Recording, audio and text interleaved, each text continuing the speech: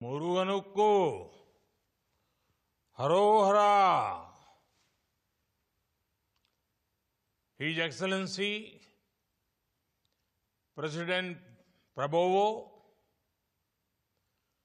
Murugan temple trust के chairman पा Hashim, managing trustee doctor Kobalan, dignitaries, Tamil Nadu और इंडोनेशिया के पुजारी एवं आचार्यगण, इंडियन डायस्पोरा के सदस्य, इस पावन अवसर का हिस्सा बनने वाले इंडोनेशिया और अन्य देशों के सभी साथी और इस दिव्य भव्य मंदिर के निर्माण को साकार करने वाले सभी कारीगर बंधु, ये मेरा सौभाग्य है कि मैं जकार्ता के मुरुगन टेम्पल के महाकुंभ अभिषेकम जैसे पुनीत कार्यक्रम का हिस्सा बन रहा हूं। माय ब्रदर प्रेसिडेंट प्रबोवो, उनकी मौजूदगी ने इसे मेरे लिए और विशेष बना दिया है। मैं फिजिकली भले ही जकार्ता से सैकड़ों किलोमीटर दूर हूं, लेकिन मेरा मन इस आयोजन के उतने ही करीब है जितना भारत इंडोनेशिया के आपसी रिश्ते। अभी कुछ ही दिन पहले प्रेसिडेंट प्रबोवो भारत से 140 करोड़ भारतवासियों का प्यार लेकर गए हैं। मुझे विश्वास है उनके जरिए आप सब हर भारतीय की शुभकामनाओं को वहां अनुभव कर रहे होंगे। मैं आप सभी को और भारत इंडोनेशिया समेत दुनिया भर में भगवान मुरुगन के करोड़ों भक्तों को जकार्ता टेम्पल के महाकुंभ अभिषेकम की बधाई देता हूं। मेरी कामना है तिरुपुगढ़ के भजनों के माध्यम से भगवान मुरुगन का यशगान होता रहे। स्कंद षष्ठी कवचम के मंत्र सभी लोगों की रक्षा करे। मैं डॉक्टर कोवालन और उनके सभी सहयोगियों को भी बहुत बहुत बधाई देता हूं कि उन्होंने कड़ी मेहनत से मंदिर निर्माण का सपना पूरा किया है। साथियों, भारत और इंडोनेशिया के लोगों के लिए हमारे रिश्ते सिर्फ जियोपॉलिटिकल नहीं है। हम हजारों वर्ष पुरानी संस्कृति से जुड़े हैं। हम हजारों वर्ष पुराने इतिहास से जुड़े हैं। हमारा संबंध विरासत का है, विज्ञान का है, विश्वास का है। हमारा संबंध साझी आस्था का है, अध्यात्म का है। हमारा संबंध भगवान मुरुगन और भगवान श्री राम का भी है और हमारा संबंध भगवान बुद्ध का भी है। इसलिए साथियों, भारत से इंडोनेशिया जाने वाला कोई व्यक्ति जब प्रभानन मंदिर में हाथ जोड़ता है तो उसे काशी और केदार जैसी ही आध्यात्मिक अनुभूति होती है।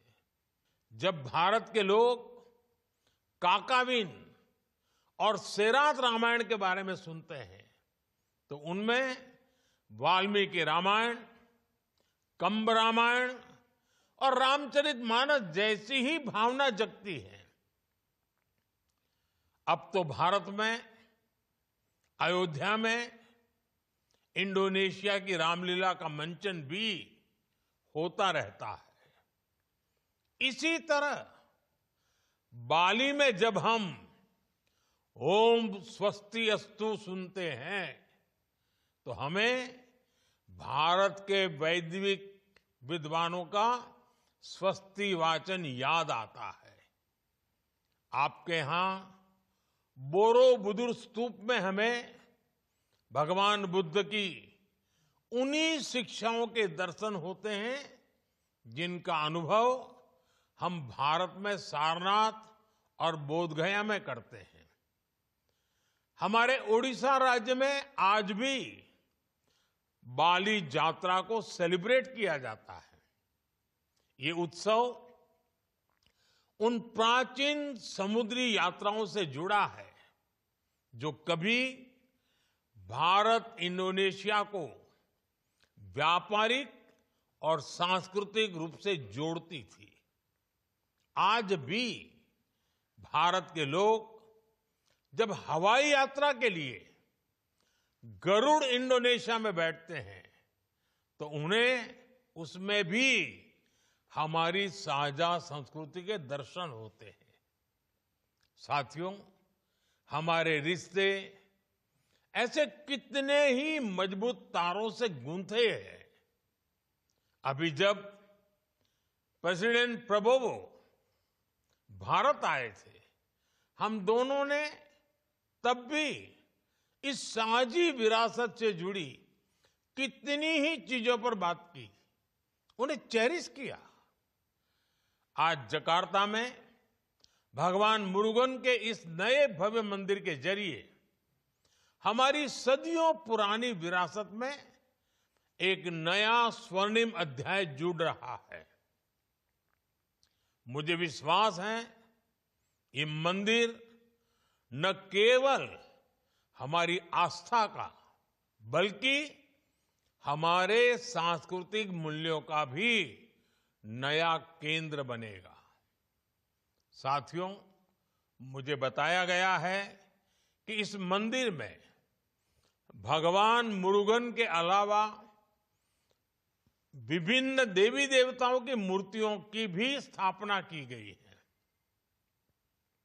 ये विविधता, ये बहुलता हमारी संस्कृति का सबसे बड़ा आधार है। इंडोनेशिया में विविधता की इस परंपरा को बिन्नेका तुंगल इका कहते हैं। भारत में हम इसे विविधता में एकता कहते हैं। ये विविधता को लेकर हमारी सहजता का ही है कि इंडोनेशिया और भारत में भिन्न भिन्न संप्रदाय के लोग इतने अपनत्व से रहते हैं। इसलिए आज का ये पावन दिन हमें यूनिटी इन डाइवर्सिटी की भी प्रेरणा दे रहा है। साथियों, हमारे सांस्कृतिक मूल्य, हमारी धरोहर, हमारी विरासत आज इंडोनेशिया और भारत के बीच पीपल टू पीपल कनेक्ट बढ़ा रहे हैं।